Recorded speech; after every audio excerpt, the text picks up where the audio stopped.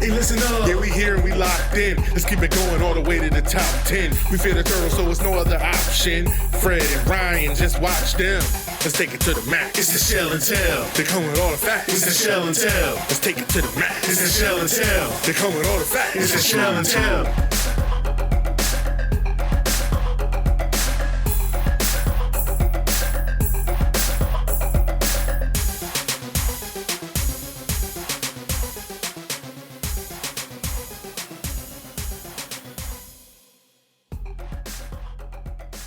Welcome back, everybody, to another episode of Shell and Tell. We got a good one here for you today. We're going to dig into some anonymous coaches' quotes and determine if they're fair or foul. And we're going to introduce a new voice from Inside the Black and Gold as we have a little change in the trio. Very good. And we also are going to dig into our next positional group. I know we promised some offensive line, but we got big things in the work there. So we're going with a little gas and breaks. The wide receivers, the gas of the team, and then our defensive backs and linebackers are going to try to slow the other teams down. Before we get too far ahead of ourselves, this week's show is sponsored by Quick Stretch Bodyworks. Quick Stretch Bodyworks helps athletes with their performance and recovery periods, both during the in and off seasons. The naturally formulated athletic performance and recovery lotion is an easy, effective way for athletes to prepare for skills training and workouts in full swing. Founded by Todd Smith, a former college athlete and head athletic trainer at 2 collegiate programs himself. Even some of the athletes at University of Maryland are taking advantage of this product, including star linebacker, our boy we'll talk about today, Ruben Hippolyte. Make sure you head over to quickstretchbodyworks.com and give it a try today. That's quickstretchbodyworks.com. Hey, we're only 27 days away from kickoff. Sneaking it's a up. big time of year. Kind of fun. I know that everything's in full stretch for you, Ahmed, as you got back into town with the Terps coaches this week, right? Yeah, I got a chance to go for Media Day on Tuesday. Got a chance to see Mike Loxley, Danny Enos, Brian Williams, and then some of the offensive and defensive players before we got a chance to watch the first practice of fall camp. Yeah, if you have not gotten over to Inside the Black and Gold yet, this is the time to start. It seems like there's a new article coming out every couple hours. I'm getting alerts constantly, having a hard time even keeping up with reading everything. So if you need a little bit more Terps in your life, that's the way to go. Well, I guess we should introduce the man over my left shoulder here. How about you start, Ahmed? Yeah, we brought over John Guglielmone, who's been able to help. He first started up doing the baseball run when Maryland was in the NCAA tournament, and he's done a great job kind of previewing the Maryland football season, a little bit of basketball as well. So definitely a versatile addition for us. Been really happy with him, great work ethic. So definitely happy to have him aboard. Well, Googs, introduce yourself. Hi, John Guglielmone, writer for Inside the Black and Gold. Main focuses are like football, lacrosse, basketball. Glad to be here. Yeah, my man has been the one introducing Fred and I mostly to Terps lacrosse. He's been the one beating the drum, trying to get us to go out there, and I appreciate it because it was a lot of fun this year to get down there to stadium to see all the advantages that they put in place for football, but made lacrosse an awful lot better. All right, so I guess we'll get into our first section here, guys. Fair or foul? I found this really interesting. This came from the article on Inside the Black and Gold you guys put out. It was actually quoting an Athlon Sports article about anonymous Big Ten coaches being interviewed. And immediately as I started reading it, I text Ahmed and I'm like, that's absolute gold. It has to be part of our next show. You tell anybody about anything else about this article, Ahmed? Yeah, it was just kind of going into the season about a month out or so. A lot of anonymous coaches, mainly from Big Ten media days, just kind of giving their anonymous perspective on Maryland, Indiana, Michigan, all the Big Ten teams. So I thought it was felt like it was the first year that the anonymous quotes kind of maybe I think gave a little bit more credit to Maryland, were a little bit more fair. I think in the years past it was a lot more dismissive. So thought it was an interesting perspective on just what the outside perspective is on Maryland football going into the 22 season. Gotcha. So there's a coach, and they ask him for anonymous quotes for all the Big Ten teams, and you just pulled out the Maryland ones to kind of get a look at what people are saying. It's interesting this time of year. You have all these anonymous coaches talking about Lamar Jackson, talking about Kyler Murray. This anonymous word's getting a little thrown around a lot, but I did find these quotes were really good, so we have them here for you. Let's listen to coach number 1. When you talk about the portal, this was a program we figured would benefit from how Mike Loxley works in recruiting. They're a staff that's aggressive. They go out headhunting for big talent and fit what they do to their personnel.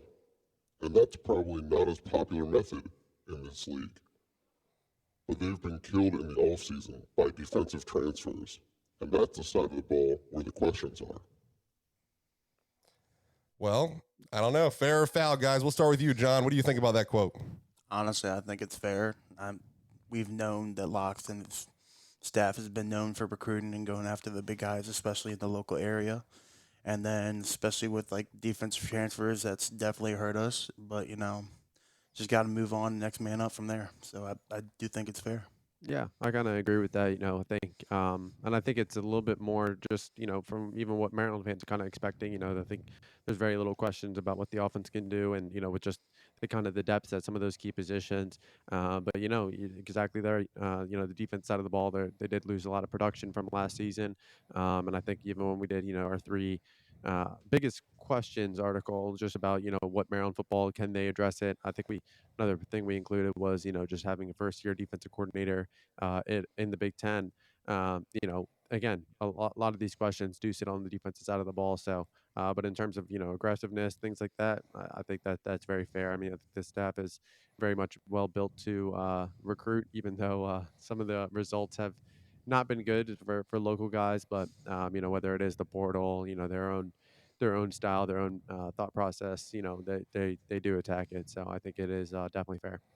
Yeah, I think it's fair. I think we've already kind of breached this a little bit. We haven't talked about defensive players all that much here on Shell and Tell recently, but I did post the Birdland BS segment of the Terps onto the audio podcast and online, and kind of touched on there's a lot of opportunity that we're going to talk about today with the defensive players, but there's not a ton of proven talent outside of our starting cornerbacks. And so we have a lot of chances that this defense could be very good. It could surprise people, especially if we stay healthy. The bigger question is in the depth. We talked about depth of running backs last week. We have a lot of them. We talk about depth in wide receivers today. We have a lot of them. We need to stay healthy on defense if we're going to be able to slow some of these teams down. So that's it. I think it's a very fair one. Yeah. All right. Well, we'll go on to coach number 2. Talia is a star. Does he have a next gear? Can he be a legit superstar? Legit superstars can slow things down. Sometimes you see his tape, he's close. Sometimes he's still playing off pure instinct. They have a lot of really good pieces around him, especially at receiver. This could be a really special year for that offense. Sometimes that talent-first mentality can bite them because they're so aggressive with their calls. It's like using every play call to recruit. So they'll hit a big play, gash you for 50, and just as easily turn it over on the next play. Ahmed? Yeah, I again kind of think that's fair. I mean, I think Talia kind of going into I can kind of consider it year 2 as just last year being that first year where he was able to play a full season and have a full off season really. Have fans in the stands going against him. Yeah, and that 2020 season, he came in and inconsistent practice time, getting playbook down, getting the scheme down, building trust, building rapport with his skill players. I think it was just tough. And I mean, Talia is not alone in that regard, but I do think that's kind of the next thing. And Loxley talked about just him taking that next step. It really wasn't from a skill perspective. It was more an emotional and mental perspective on things that he can improve. And I think Dan Enos does a really good job. I've heard it. I've been, saying it since kind of last year even, but he does a really good job with the fundamentals, the teaching, and he does a really good job of kind of getting through to players. And I thought it was pretty interesting that Enos mentioned during the off season. Well, he said it during on media day last Tuesday, but he said just kind of through the off season, Talia did a really good job of kind of taking the criticism, but then when it came to the praise, he was like, I don't want to hear that, coach. Like he doesn't want to, be patted on the back, say, good job, kid. He always wants a chance to kind of improve, but until he's able to show that on the next stage, which again I think he's capable of doing. But I think that's kind of the question, and I don't think that this anonymous coach is off base by that. And if he's able to take the next level with the weapons he has, yeah, this offense has the chance to be really special. Yeah, not many excuses left with what he's got around him. What do you think, Googs? I definitely think it's fair. Like, this is easily the most loaded wide receiver room we've had in forever. And Leah's coming off, I believe he was second in passing last year in the Big Ten. I mean, other than the Iowa game, when Demas got hurt after that, it just went off the crap. But the rest of the season, he did pretty well for the most part. So you just got to keep moving on from there. And I think he should do a pretty damn good job this year. Yeah, I think he definitely could have a big season in front of him. I kind of want to address they're recruiting with every play kind of part of this. I never looked at it that way, but I can very much see that we do take shots we don't need. Like we also last year we didn't have the running back core set. Everyone was so young. Like we had the same talent, that we have here, but they were all so young. They weren't ready to carry the brunt of the force. We talked about before that the red zone is what I'm excited for this year because I feel like we have more options. That's where Talia would get into trouble. The only thing they had last year was like let Talia sling it, and we did get into trouble. There were plenty of times where we should have probably been slowing the game down. We were in games we might not have, on paper should have been. So you got to try to keep it that way. You look at Michigan State. I mean, we went up and down that field 100 times and just couldn't manage to get that next 7 points to actually be tied with those guys. 2 for 5 in the red zone. Yeah, 2 for 5 in the red zone, absolutely. And I think the other 3 were we turned over on 4th down and 2 interceptions. I do think there's a little bit of that, but also it kind of worked. Like when you're talking about that, you're talking about showing the deep ball, showing the passing, and like what are we pulling in right now? Like we just had Jacob Copeland add to a absolutely stacked wide receiver room because he thinks this is somewhere he can show out his skills. So, you have to do things different when you're not a blue blood. If you need to do things to recruit to get the people into place, we do that. But now we're kind of a spot where we should have enough people here to make some noise at least this year. We're going to have to hit the transfer portal pretty damn hard next year. So everybody enjoy this one while we have it. But I do think it's absolutely fair, and I guess that's all there really is to say about that. It just It kind of opened my eyes to that way of coaching, I guess. All right, well, let's hear from coach number 3. They're going to be must-see because you never know if they're going to score 60 and win or give up that much. Loxie is fearless. You have to hand that to them. They could catch some breaks and just shoot everybody out, but they have a grinding schedule. So it could just as easily fall apart for them. I mean, when do we not have a grinding schedule anymore? It's absolutely a monster every year. Yeah, I think that's fair. I mean, again, what the offense can do, I don't know about. I don't know that I necessarily agree with, but they have a grinding schedule, so it could easily just fall apart for them because, at the end of the day, you know, that's kind of just the issue year in and year out, just kind of maintaining that positive mindset in the locker room. And I think that was something that, Maryland really struggled with in 2019 and then 2020, with just COVID and whatnot. And there wasn't complete buy-in from some of the existing guys. And I think there were a lot of issues there, but I think you've kind of gradually seen, just more buy-in, more, more focus on what Loxie's doing. So I don't know about, having the schedule being reason why everything could kind of fall apart. I mean, at the end of the day, like you said, Big Ten play is Big Ten play. So, every week's gonna be tough. They kick it off with the kickoff conference play with that game against SMU. So, but in regards to the scoring 60 every game, yeah, I mean that's surely possible. And just kind of with some of those questions in the Maryland's front seven, Maryland might very much have to score 6-7 touchdowns a game, at least 5 to kind of get to that point. Yeah, I mean, I think it's fair. I think that I definitely heard some isolated reports from 2019 for sure. 2020, it was hard to get in touch with some of these, parents of players and things like that I was talking to. But 2019, definitely, there were some reports that they kind of lost the locker room, that guys were just kind of going through the motions to finish out the year. You could have seen that last year. We ended up blowing. We were completely in the game against the Penn State Lions that could have given us a 6 win, or another win towards bowl eligibility, and we did not pull that off. We were fighting tooth and nail against Michigan State, and that fell apart. And then you have 3 straight losses to go into Rutgers. You would have thought the old Terps team would have maybe just packed it in, but they wanted to show off. They showed off. They got that win. They got bowl eligibility, and then they beat the snot out of, yes, a depleted Virginia Tech team, but it's still a Virginia Tech team. So I think that a lot of those things are fixed. Like you said, these are all at one point were Loxley guys, whether he still has them in the head or not. They were at one point Loxley guys now. So hopefully we've got that fixed. What do you think about it, Googs? I mean, we're in the Big Ten East. Of course, we're going to have a grinding schedule. But honestly, if there's going to be anything that tears us apart, it's going to be injuries. Just like year in, year out, it's what's always bite us in the butt. But, if we can stay healthy, I really think we can get to 8, maybe even 9 wins somehow. So I definitely think it could be a big season coming ahead. Health is always a big question in a game like football.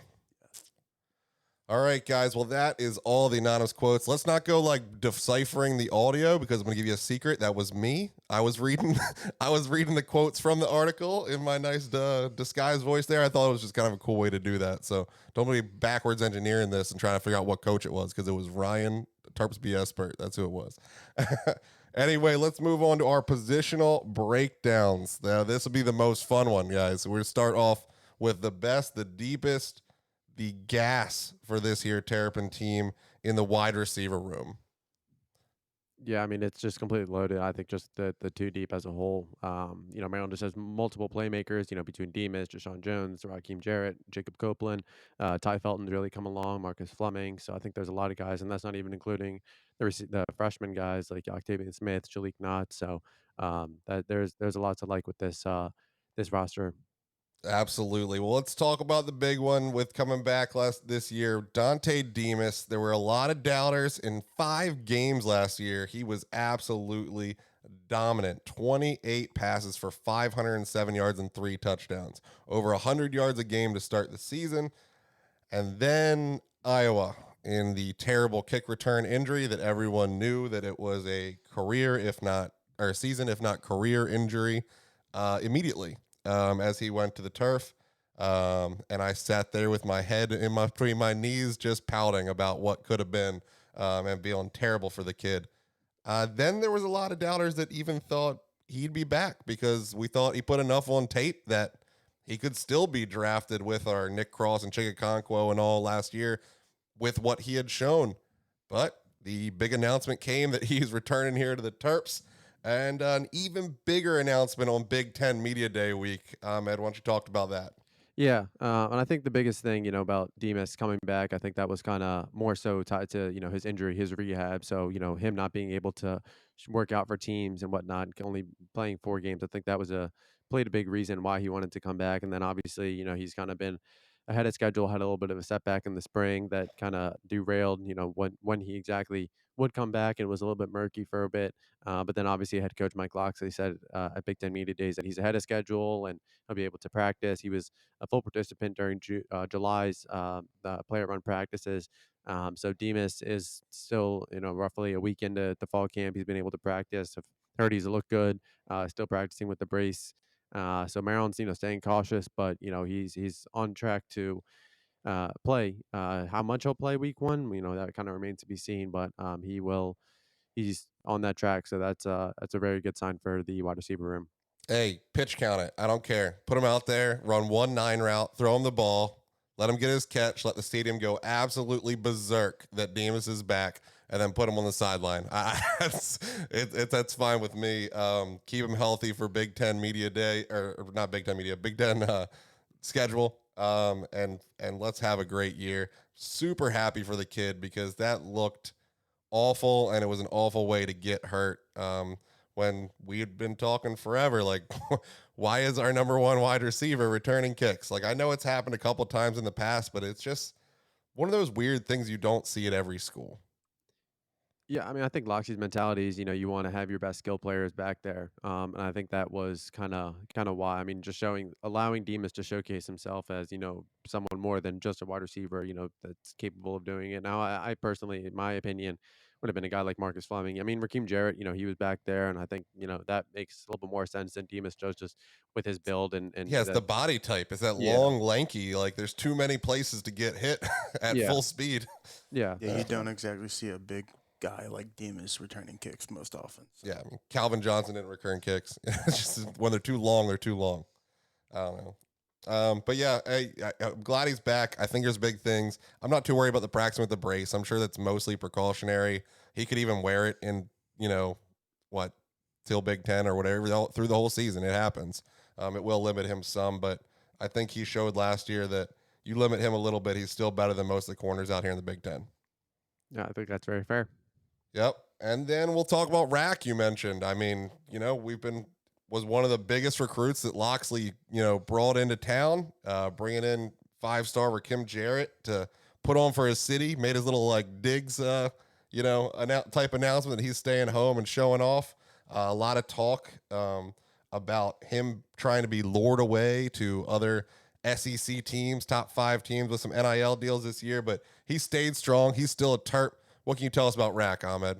Yeah, I mean, I think everyone wants to talk about Maryland not having NIL, and I think getting Raheem Jarrett some NIL deals helped keep him from transferring teams and things like that. So I think that also kind of helped, and obviously him and Mike Loxley have a very strong rapport, so I think that's a big thing. And I actually got a chance to kind of ask him, going against those, after just John Jones and Dante Demas went down last year, just getting a chance to emerge into that wide receiver one position. One, how does it help? And then two, you know, you're no longer, I mean, not that there's no longer a wide receiver one, but there are just multiple guys in the room that can fill that position. I mean, you get Jacob Copeland, Dante Demas, and Raheem Jarrett out there. I mean, frankly, Copeland was a wide receiver one down at Florida last year, and now he's a guy that, they're all just kind of playing off each other. So I think Rack, I think what he does, he can kind of do it over the top, and he can, do it over the middle of the field. He's a technician when it comes to the route running, and I think he has great body control, great hands,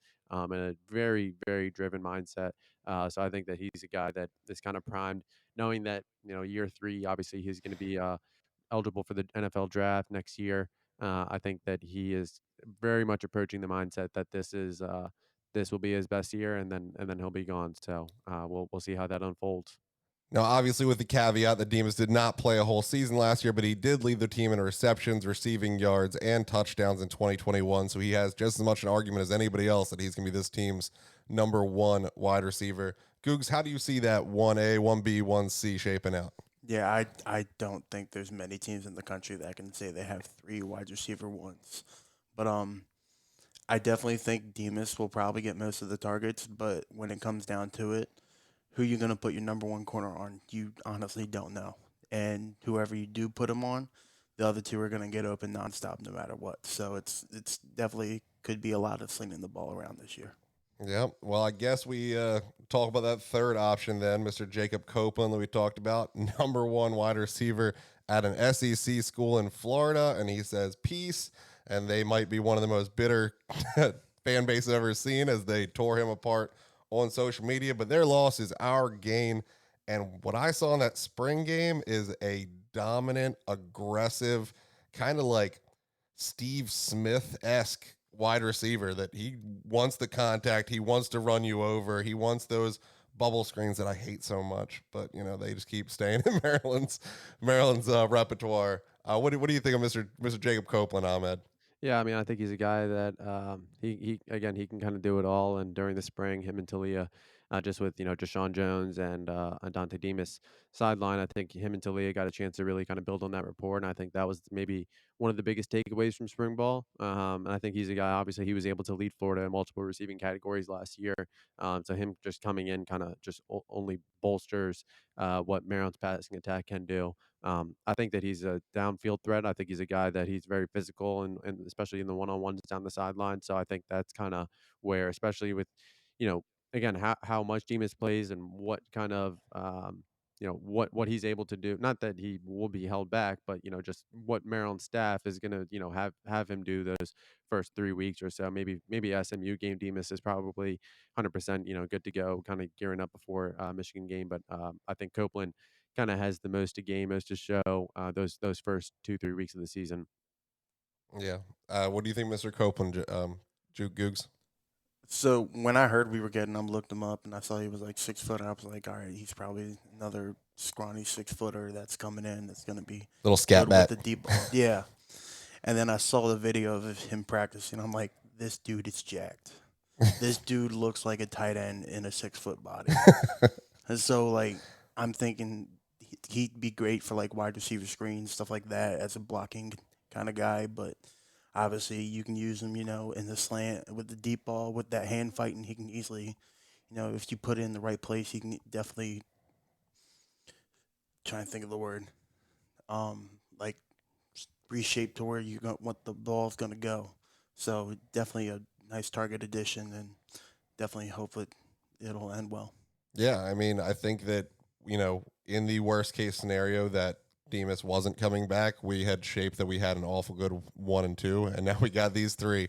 And then I don't know if you guys remember this name, but Deshaun Jones. The last time that people didn't game plan for Mr. Deshaun Jones would be the Texas game, where my man had a rushing, passing, and receiving touchdown in, I don't know, like the first quarter. It was the most ridiculous coming out party ever. Sitting down there in FedEx Field at at the Commander Stadium, and the absolute dominant way he exploded onto the field. Of course, he's not just an unknown quality. Of course, they're going to know more than that moment, but how? How does it matter? How do you have a fourth cornerback that can stay with a man that did that? I just don't see it. Like Goog said earlier, it might not be your number one wide receiver who's putting up number one wide receiver numbers, because there's just so many options. Someone is going to be better than the dude covering him, just better. There's nothing you can do. It's going to be that thing where you look over, you see the defender look over his sidelines, throwing his arms up. What do you want me to do? He's just faster. He's just stronger. He's just better than me. This group stays healthy. Our offensive line stays healthy, and Talia's standing up. I don't see how we don't score those 5, 6, 7 touchdowns Ahmed was talking about earlier. Yeah, exactly that. I think, and I actually said a couple of weeks ago on the site that I think Dante Demas is kind of that number one. Jacob Copeland's probably that number two. And then I think Deshaun Jones or Raheem Jarrett, they're kind of like, I think they're interchangeable. But I do think, Raheem Jarrett, I think his talent, I think he's much more technical. I think that's kind of the route. But I think Deshaun Jones, I think the reason why I like him so much is that I see him just kind of doing a number of things. I mean, we saw it freshman year, obviously, and, Matt Canada's offensive style of play is much different than Loxley's, but just what he's able to do, in the backfield or in the slot or outside. I think he's just such a dynamic weapon where you can kind of line him up and have him do multiple things in that offense. And I think that's kind of where, if Maryland, Eno's talked about it. They can go 3 wide, 4 wide, and then obviously, have a guy like Corey Dyches at tight end. But I just think that just Sean Jones maybe could be. I don't want to say the X factor, because I think we all kind of know what the ceiling is. Weapon X, baby. Yeah, but I just think that he's a very versatile weapon for this room. Obviously, the 2020 season where he kind of some fans, they brought up, just the immaturity, like the bad penalties. It might have been 2019, so forgive me on that. I think by the fans you mean me. I was just going to bring that up. No, I mean, I know you weren't alone, but I mean, all last year when he was healthy and available, he never showed any signs of that, just like Ami Finau after that bad play against Rutgers. So I think Yeah. that he's a guy that he's grown up, and I remember I talked to him at Big Ten Media Days, or not Big Ten, Maryland Media Days. I keep doing that, but I asked him, like how does Coach Brewer, this is your fourth wide receiver coach, but how does Coach Brewer kind of maybe accentuate or help better the room, and then help you guys bounce off each other. And he credited Brewer. I think he does a really good job of kind of building up the fundamentals, but still allowing all these wide receivers to leave their own impressions and their personalities on how they run their routes and what they're able to do, things like that. So I think that's kind of where Deshaun Jones has maybe the most to gain in the room. Yeah, I definitely think JJ's role here is don't go back to that 2019 person that hurt your team. If you don't hurt your team, you're going to have a great season because you're going to be put into situations that you're going to explode on somebody's fourth and fifth string cornerback, and you're going to have these huge show-off plays and be able to at least get a camp invite because you were able to show out. And you have the talent, and you have these highlight reels from over the seasons that you'll at least get a shot in camp. So just don't hurt the team. Don't be somebody, when you're like looking at that UDFA type class, that's really what you're looking for. Somebody that's going to put in work, do some special teams, and not harm your team. Like, if you have the talent, we can develop the rest of it. And so I really hope we don't see any of those, bad pick plays, the 15-yard after the whistle, personal fouls, that kind of stuff. We did not last year, so I don't expect it. I think we've passed it.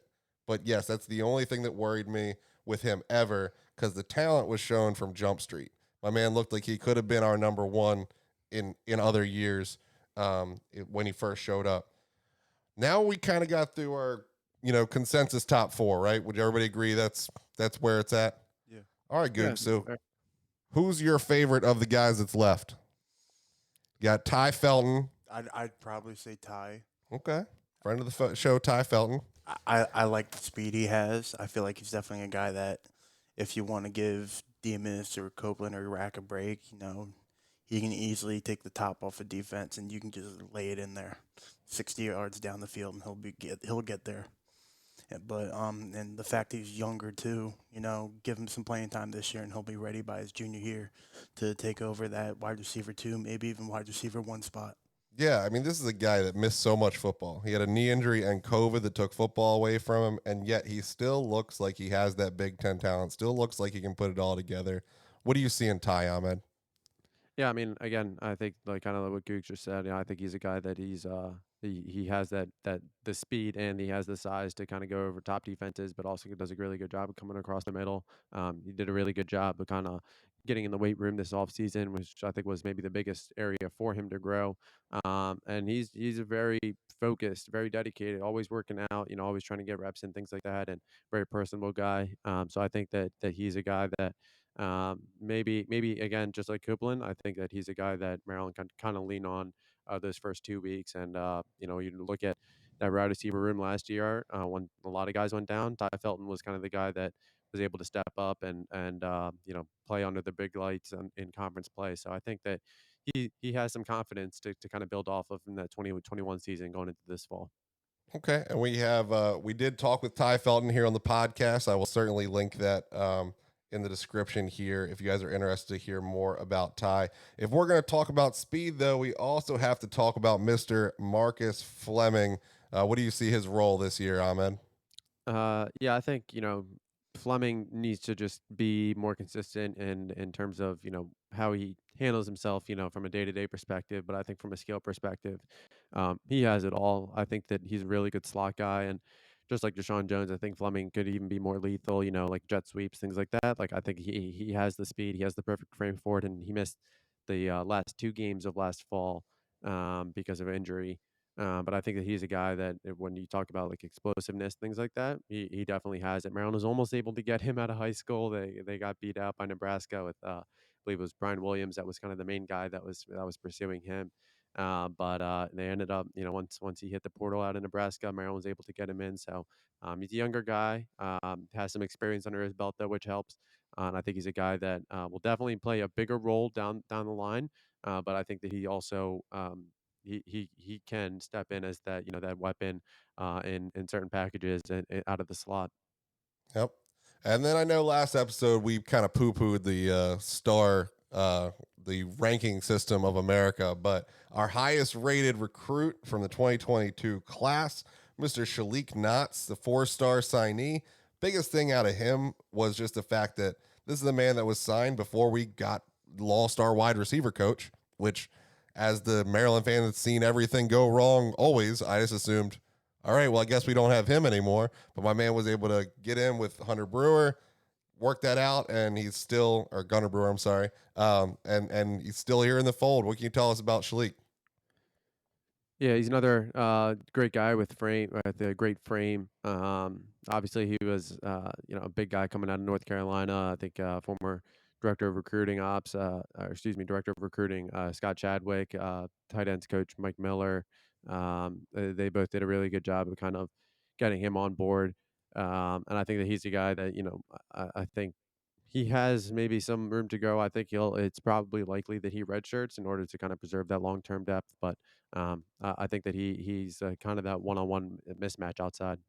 Yeah, you would hope, even as much talent as Shalik has, Octavian, Leon Halton, all of them, you would think as deep as this wide receiver room, tell me if I'm wrong, Googs, all of these guys are going to play their 4 games and done. Like, that's the hope, that none of these guys burn a red shirt because you have so much in front of them. That how you feel, Googs? Yeah, that's how I feel. I mean, with as stacked as the wide receiver room is, I'd give them all max 4 games.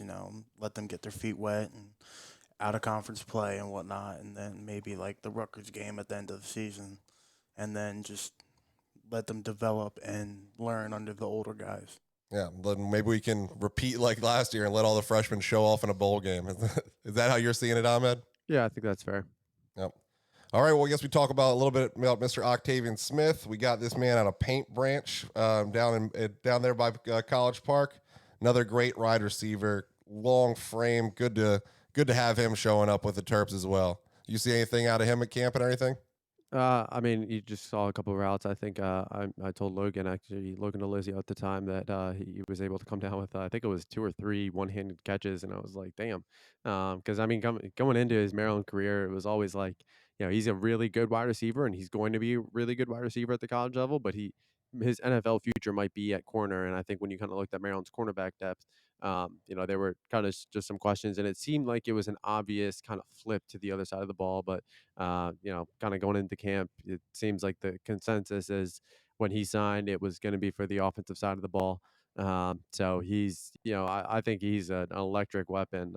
He was primarily playing quarterback at Paint Branch and got a chance to play wide receiver a little bit. Once college coaches were like, yeah, this is kind of where we want you to just kind of, get himself ready and get himself some more experience at the high school level to get ready for college. But I think this is a guy that, and when you meet him and when you talk to him, he is as respectful of a kid, as well spoken, with a big old smile. I think he's a guy that once he has the camera in front of him, I think will very easily win over some fans. So definitely an easy guy to root for. Good. I like everything you just said. And Liz is the tallest wide receiver for at 6'4", Leon Halton. What can you tell us about this? This is a future tight end convert at 6'4", or are we going to go Megatron style? No, this isn't. We're not doing the CJ Dupree stuff all over again. This is he's a wide receiver at 6'4". Because I remember I actually asked that question to someone that was very familiar, just kind of with his game when he was in high school, and I was like, "Do you see tight end at all?" And he was like, "No, he's an outside wide receiver." And I think just kind of with that, when you look at Dante Demas, just with that size. Demas will leave, and then Maryland will kind of want that someone to be that bigger body wide receiver on the outside, and I think that's kind of where they see Houghton playing that role down the line.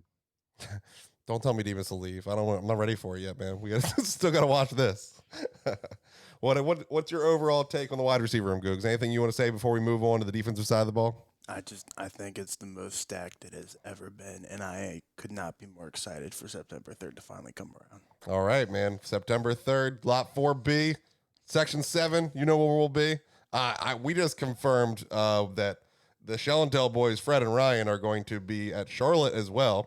So we are going to Michigan away, Charlotte away, and there happen to be 7 home games this year. So we are scheduled for 9 of the 12 Terps games, and I don't think I ever thought that number was possible in my future. So I'm pretty excited for that. And, I'm not putting out of the chance that we only have 0 or 1 losses going into Penn State, and then Daddy's going to come out of pocket to pay for that one too, because I can't miss that away game if we're in that scenario. So I'm very excited about this season, and I hope it all works out. It feels like that excitement for the storm. I hope we can keep this together. I hope we are all right about how exciting this year can be, because it is going to be so depressing if we're wrong. I don't think that I've seen a fan base for Maryland football this confident since at least the ACC days, probably late early 2000s days when we were winning 10 games a year and going to Orange Bowls. So, all right, guys. Well, take a breath and move over to the defensive side of the ball. Where are we gonna start? We start with linebackers, guys. Yes, sir. All right. Well, looks like we got Jack and inside linebackers listed up here. Why don't you tell us the difference in Maryland's defense for the casual fan, Ahmed? Let us know what the Jack versus our inside linebackers responsibility kind of is. Just an overview. Yeah, so they have Jack, and then the Mike, Will, and Sam. The Jack and Sam are outside backers. Jack is going to be more so, kind of see on the edge and runs and applying pressure, and that's why you see a guy like Darrell Chami as an edge rusher, kind of filling in that role. Your inside guys are, your inside guys, and obviously having like Fanaje Gote, Ruben Hippolyte, Jeremy Spraggins, those are the guys, more of the bruisers that, do a good job of breaking in and getting into the holes. I think those are kind of the primary guys. No differences over, the last couple of years under Maryland's scheme. All right, well, when we're talking linebackers, we have to start where the most praise is being thrown right now. All the top 20 lists out there, the top 10 lists for players. We got a few on the defense, but the one that's most consistently being mentioned is Darrell Chami. This is a guy that has been leading the Terps in tackles for loss, sacks, all the fun categories, even in the top 5, even though he has not been anywhere near the top in games played. It's a man that has been injured over and over again. He has lost a season for an ACL. He lost a season for an upper body injury. These are not these nagging like little hamstrings that you expect to return. These are kind of the freak one-off injuries. My man's just had a bad run of luck. If we can keep him on the field, what are we going to see out of him, Ahmed? Yeah, I think, when you look at Darrell Chami, I think everyone kind of looked at that wide receiver room as, what probably the highest draft picks. But then, you look at all the edge rushers, the top edge rushers going into the fall for the 2023 NFL draft, and Chami's found himself in the top 10, top 15, seemingly in every single list that I've come across, which I think is a testament to his skill. But like you said, it's going to be, how healthy can he stay? And I hate saying that because at the end of the day, there's really nothing that he can do Right. to make sure that he's healthy, But I think Nachami's health is probably going to be the biggest X factor. Just kind of looking at Maryland's ability to generate pressure off the edge, and I think Nachami's Maryland's best bet at that. He has the perfect frame for an outside backer and in that jack role where he's able to generate pressure, get into the backfield outside of that defensive line, and I think that his ability to remain consistent off the edge at that jack spot is gonna be the biggest question mark as to whether this front seven can generate pressure. He's the guy that kind of surprised me with all this stuff because I know that, how disappointed we were to lose him for the season last year. I remember talking to you about it even before it kind of came out that like he's not coming back and how much we thought that was going to hurt. But this the national type exposure. I was kind of shocked he got that much love. When you started reading all this, Googs, were you surprised that was getting this much attention? I was a little bit, with the injuries, it kind of takes some of that attention away. But when he's on the field, he's definitely a disruptive guy. And if he stays healthy all year long, he can definitely play himself into the draft. Yeah, I mean, I think that whoever was starting to put these lists together must have just been searching on a per game basis, and per game he is definitely showing out for everything he put on. So, wish him nothing but the best. Wish him some help, and that him healthy is going to be a big step in the right direction of us being wrong about defense. That we can slow these teams down and win some of these lower scoring games if that offense somehow has an off day, even though they have so many options. You would hope that doesn't happen. I guess the next one on our list here is Mr. Terrence Butler Jr.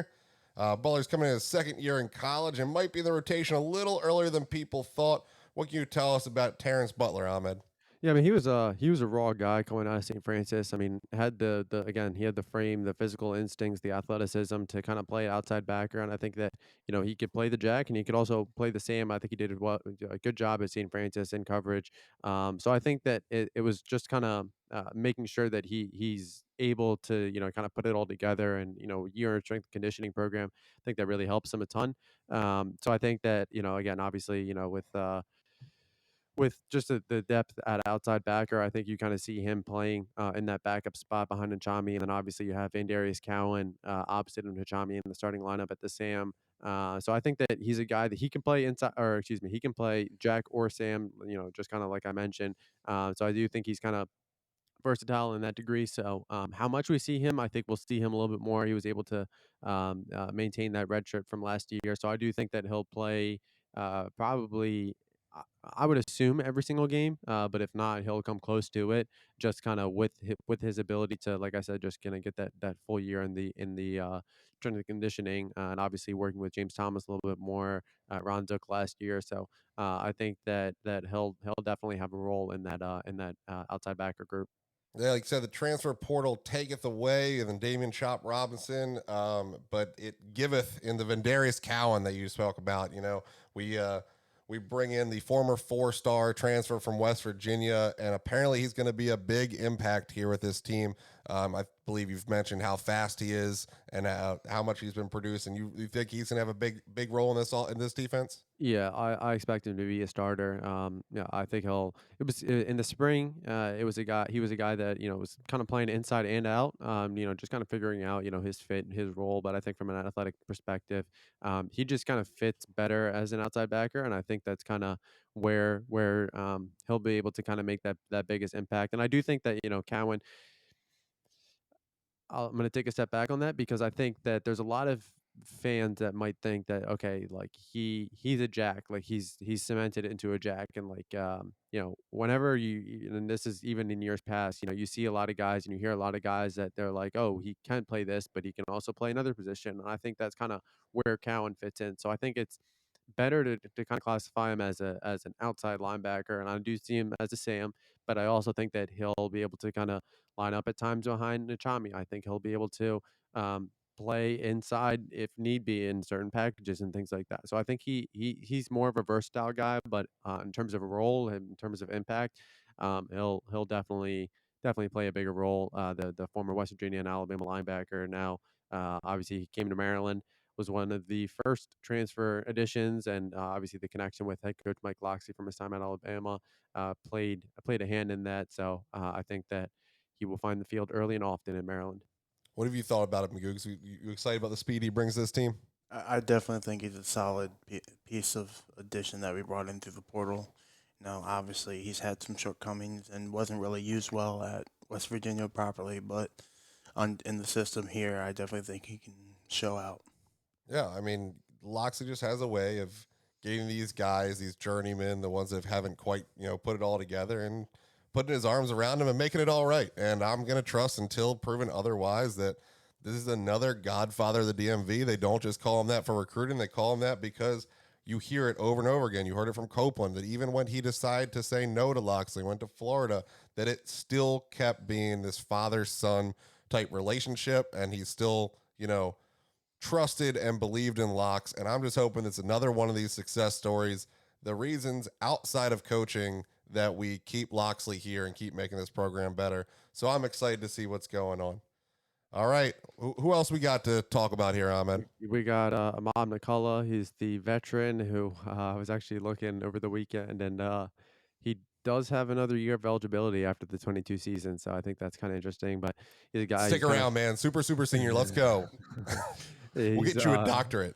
He's a guy. It's funny when you look back. Yeah, he was gonna go JUCO, but he was a full qualifier, and former head coach DJ Durkin kind of looked and said, "Hey, we need some outside linebacker depth," and he was a little bit raw, so kind of getting him in to the program late summer, and then kind of building him up from there. And he always seems to find a way to get into the starting position. He finds himself playing a lot, and I think that he's a guy that with Vandarius Cowan probably taking that same starting spot. I think McCullough is kind of that backup to him, that primary backup to him. But yeah, I mean, he's a guy that when you talk about experience, he is probably up there on the roster in terms of games played. Well, experience pays for something. It sounds like he has, kind of your flex recovery. He's a backup at all the positions. He's the Ellis McKinney of the defense. He's going to be backing up every linebacker position. Yeah, I mean, he can play inside, but he's been primarily an outside guy for Maryland, so that's kind of where I see him. I see him more as a Sam than a Jack. I just kind of think that that's where his better fit is on defense. So it'll be interesting. And then obviously Cam Blunt behind him. I think that's another guy. Just kind of help ensure that depth is there. Yeah, the opposite side of the experience spectrum, only playing in 4 games for the Terps. So hopefully we'll be able to get him a little bit more experience this year, get his ears wet, and maybe we'll find another diamond in the rough. We got a few of them out there, right? Yeah, definitely. I mean, he's a guy that it was interesting. He hit he was planning to hit the transfer portal, and then about a week or two later, came back to Maryland. And a big reason why, and that was going into last season. So I think a big reason why that was all able to happen was Blunt did a really good job of just kind of being transparent with the staff, and had to talk with Mike Loxley, and then was just kind of transparent about his perspective and whatnot. So I think he's a guy that he's bought in right now, and obviously going into his retro junior year, I think that he kind of has the idea and the expectation down of what he needs to be doing, and I think that he's a guy that he's a off the field, you have no concerns about him needing to do what he needs to do. So I think that's a guy that kind of helps bolster the outside linebacker depth. All right, well, we're moving on to inside linebacker. I think the fans know who my man crush is an inside linebacker, so we're going to let John Googs here tell us who his favorite one is, then we'll start with that. I'll probably go with Ruben. Oh, my man crush. All right, we're staying in the right spot. Just because he has the experience. He's been playing ever since his freshman year. He's got the speed that is faster than your typical inside linebacker. He can run sideline to sideline, command the field, be the quarterback of that defense. Looking forward to this hopefully solid third year from him.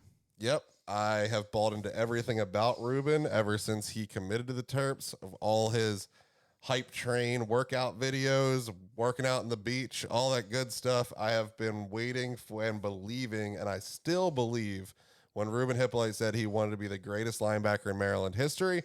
I think that, that's going to be hard to argue unless he has a world-class year this year, but I think he can definitely show up this year. He has the physical talents to be right up there in your top 5, top 10 linebackers in Maryland history because he has all the physical traits. I know he was hampered by injuries last year, even though he got to play. So as good a bit as a jump as I saw last year with as injured as he was, I do expect absolutely huge things out of Ruben, and I really hope I'm right on this one. Tell me I'm right, Ahmed. Yeah, I mean, I think that he's a guy that, off the field, he does everything that he needs to, and I think he's a pretty explosive guy with is just a really good nose for the ball and very athletic piece. So I think that he's gonna play a very big role, and to get a chance to kind of move around a little bit. I think he has that versatility, but I think he'll primarily play inside.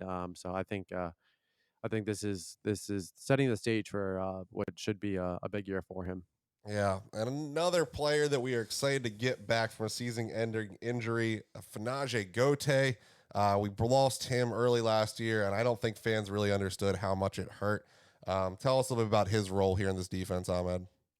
Yeah, he's another guy that he'll play inside. Obviously, he went down in last year's season opener, and I think just kind of having him back, I think from a locker room perspective, I think he never was the loudest guy, definitely, but I think that he's a guy that commands a lot of respect, and has that experience, like I mentioned. So I think that I think it'll be interesting because I think Gote and Jeremy Spraggins will be kind of battling it out at the will. So I think that'll kind of be a fall camp battle. We'll see who comes out on top in that one, but.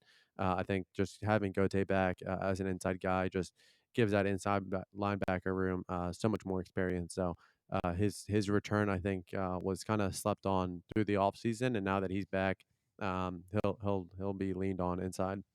Yeah, you talk about Spraggins. We might as well go there. He was a junior college transfer last year. Seemed to struggle a little bit, but I think there's a lot of playbook issues when you go junior college to the Power Five, where it's a lot more complicated defenses, things like that. So, do you think that another year in the system is going to have him really show what he was brought here for? Yeah, I mean, just to be transparent, I heard that when those guys, Eric Harris was in the same boat when they were at Hutchinson, like they daily routine and schedule was very lackluster. So I think just kind of getting into the program and getting the expectation down. I mean, I think that was kind of just from a day-to-day perspective, I think, and it's not a knock on him, but it's just, just getting used to, what will be expected of him every single day at practice, and just, the pace of college football and the speed of college football. So I think, you know, when you kind of look back at, Jalen Duncan back in the 2019 season, that first game to last game, was night and day difference. And I think Jeremy Spraggins, when, first appearances, and then towards the end of the season, you started to see a more comfortable and familiar Spraggins, just kind of more efficient. So I think just kind of another off season, just again, just kind of getting down what he needs to get down, and knowing that he's going to be a vital piece in that inside linebacker room. I think that this is a guy that you'll see why Maryland liked him so much coming out of junior college. Maryland was actually tracking him when he was in high school. He just obviously, from an academic standpoint, couldn't do it. But I think that he's a guy that, from an athletic perspective, there are a lot of SEC schools trying to call and flip him in the spring going into summer, and he never really wavered too hard. Um, but I think that he's a guy that Maryland fans will probably see a little bit more of, and start to see, like I said, start to see why the staff was so high on him. Anybody else in there fighting for playing time? TJ Kauta, I think that he's a guy. He's kind of an intriguing piece. Maryland fans haven't really seen too much of him, but off the field, he does everything that needs to be done. And he's a very mature, very well spoken guy. So I think just kind of, in terms of game experience, I can't say that he has that, but I think that he'll be a guy that will kind of figure himself into the rotation once more. And we brought in a couple big time freshmen. We'll start with the one that we knew was going to be big time in Jayshawn Barham, former St. Francis, our highest rated signee, our flip, our middle finger to South Carolina, all those good things. What can you tell about Barham's done now that he's on campus? Yeah, I mean, he's a workhorse, and he is probably top three, if not the top. Just like the most quiet kid that I've ever come across. I mean, he's This is I not think new news. This is what you've been saying for 3 years.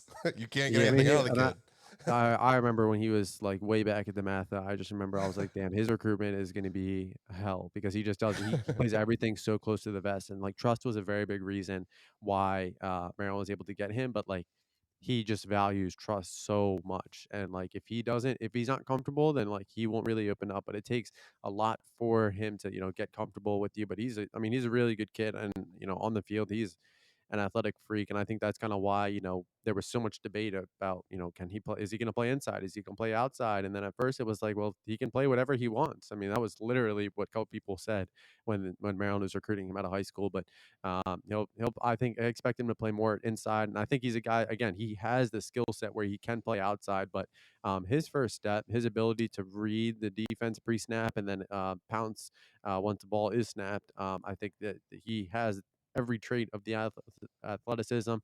He's great in the open field, coming down with tackles.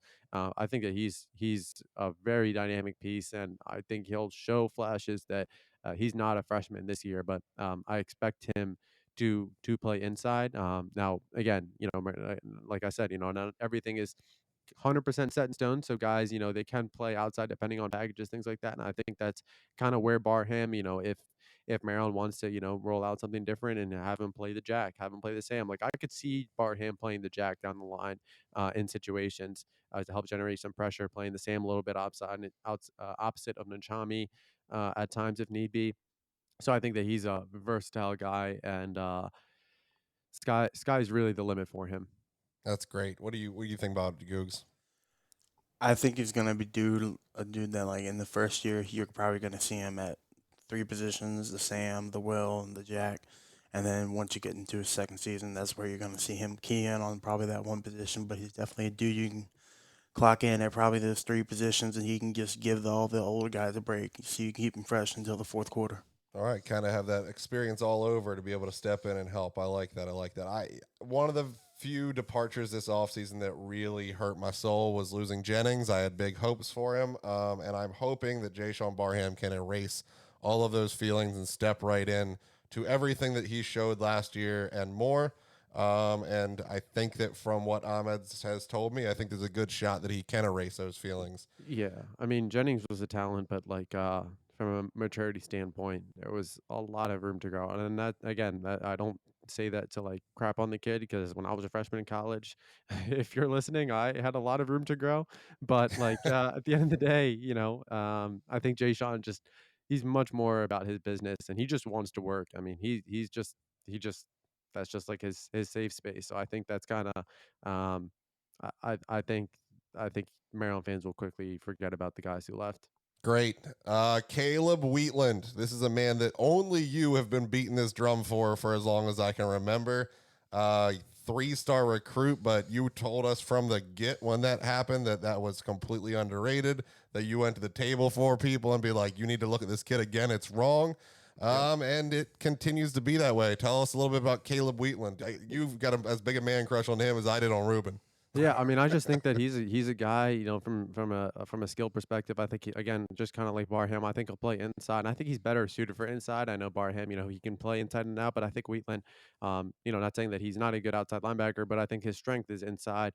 And he is a guy that he does a really good job of diagnosing plays post snap, and that, again, he has deceptive quickness. I've seen him in the open field. He was able to cover well in high school. And comes down with the open field tackles just like Barham does. And I think that was a guy that, the Avalon coaches were very, very high on and saying, hey, like, you need to give this guy a look. You need to give this guy a look. And then he came to campus and he worked out for Maryland and he picked up an offer. And I think it was a week or two later he announced his commitment. I think if I'm not mistaken, it was the week after. But yeah, I mean, when I watched him in the fall, it was very easy to fall in love with just his skill set.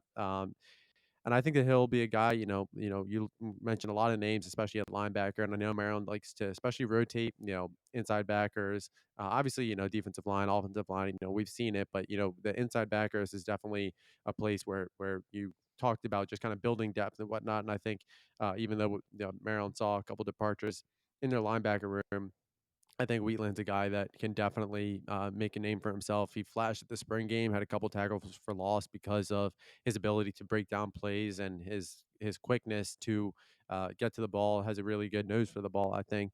And I think that this was a guy that even off the field, just from a maturity standpoint, from a communication standpoint, he's very.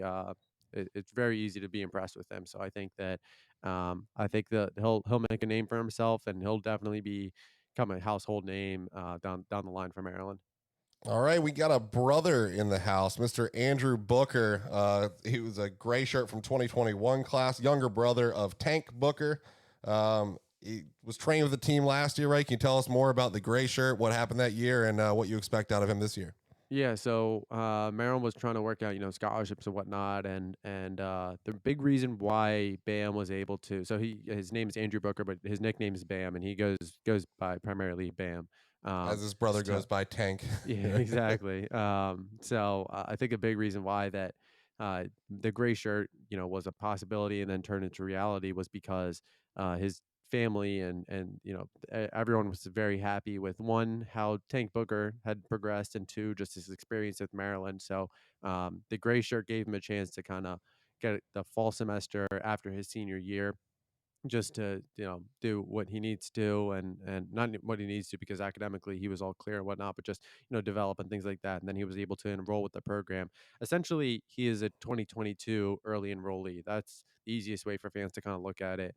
And I think that he is a guy that he showed when he was at Winton Woods that he was able to generate pressure off the edge, was routinely coming down with sacks, and he could generate a couple forced fumbles. And I think just kind of getting into the program and being able to getting into the program, I would theoretically say early because he now has 4 years of eligibility left, 5 years to play for, with obviously a redshirt possibility. It's possible that he redshirts, but it's also very likely that Maryland fans see glimpses of him during the season. Okay, very good. Who else we got here? We got Mr. Kellen Wyatt. What can you tell us about that? Yeah, he was Maryland's first commit, and I think this guy is a perfect fit at the Sam position. He played a lot more defensive end during his senior year, and I think that he was a guy that I don't know if defensive end was really the best position for him, because I think just kind of being, even if it was going to be like a stand up edge rusher, I think that would kind of fit him best. But he's another guy. He works out really well. He trains really well. Has great pursuit. And I know he trains with Farron Carter, the father of Jameer Carter, Virginia's defensive tackle, also came out of Archbishop Spalding, and kind of similar to Wheatland and Barham. Kellen Wyatt's a little bit more of a quiet kid, likes to work out. Whenever you hear about him, he's just very head down working. So I think it'll be interesting because he enrolled in June. So just kind of having only a couple months thus far, just kind of in the system. But like the other 2022 signees who did not enroll early, Wyatt was another guy who was on campus for multiple Maryland spring practices to kind of give him a baseline of what to expect when he does eventually get to Maryland. So I think that this is a guy that not sure how much we see this season, but I think Maryland fans will get to know him down the line as well.